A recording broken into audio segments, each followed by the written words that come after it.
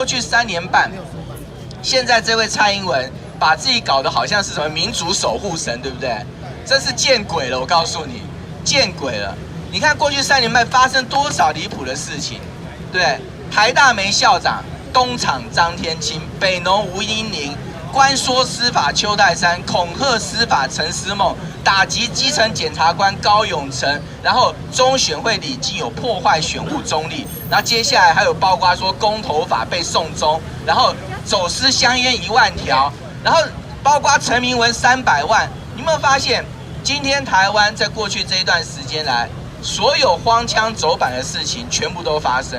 如果说我常在讲政治就是同理心，这就是同理心。如果民进党蔡英文他还能够做这么多践踏民主的事，还能够继续连任，请问你是蔡英文你怎么办？大家想想看，你是蔡英文你怎么办？你继续践踏民主，不把民主踩死，你对不起投票给你的人啊，对不对？我把民主作践到这种地步，我都能连任，那我请问大家，你们还投票支持我连任，那我报答大家唯一的方法就是什么呢？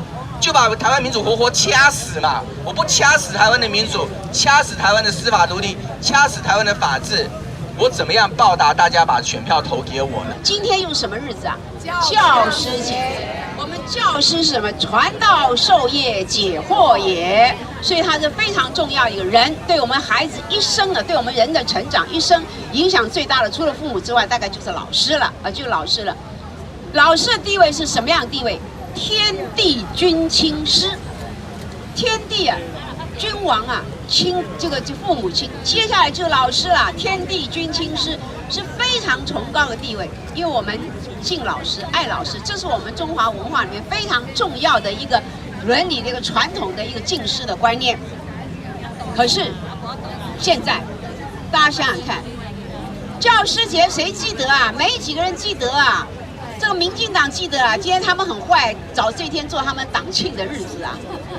他们党庆应该纪念说，我选这一天来当党庆，因为我特别尊重老师，对不对？特别敬爱老师。但是你看看蔡英文，今天我们的总统叫蔡英文呐，他呢，所有每次祭孔大典了，总统都会出现国家中央的祭孔大典，没有一次参加过祭孔大典。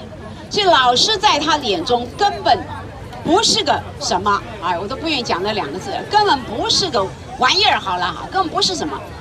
所以我真的很想把蔡英文的老师给找出来啊，请问一下，你这卡信息安怎改哈？啊，到底在老师在他心目中是一个什么样的地位？想到他我就一肚子火了哈，一肚子火。想到他最近讲的很有名的叫做护主权，然后拼经济，然后什么呢？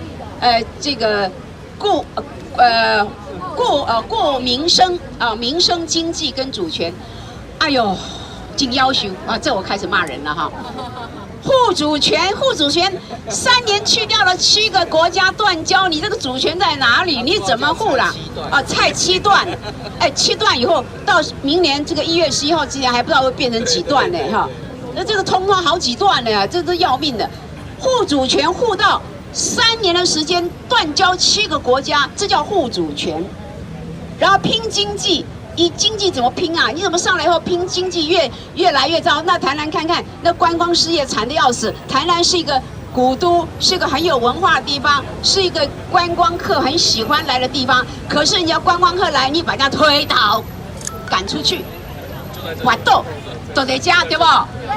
你怎么去拼经济？然后人家不要来了，啊，拄到台南的弯轨就弯走了，就不来了。现在越来越惨，观光业也惨。然后呢，少年人找不头路，薪水也不高。他说，查甫找无工，查某找无翁，恁囝上去乌龙岗，这谁说的？民进党。谢长廷说的，我们要跟人家定这个两岸要定 ECFA 定契约，说哦，这个是糖衣毒药，没使加。你跟他一签哦，有影都查某找无工啊，查某找无翁啊，恁的囝就会死啊，去乌龙岗。但是呢，你签了。你今天把两岸关系搞乱，然后你说糖衣毒药，我有发现你上来做总统，你也不敢停掉啊！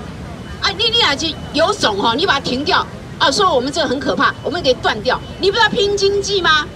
拼到两岸都要断交了，都要不是断交，两岸都要阻绝了哈，都要不能来往，来斩断两岸的脐带。你这样叫你怎么个拼经济法了？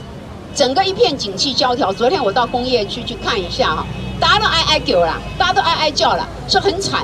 然后你说这个最后还有个什么顾民生，经济坏了还有民生呢？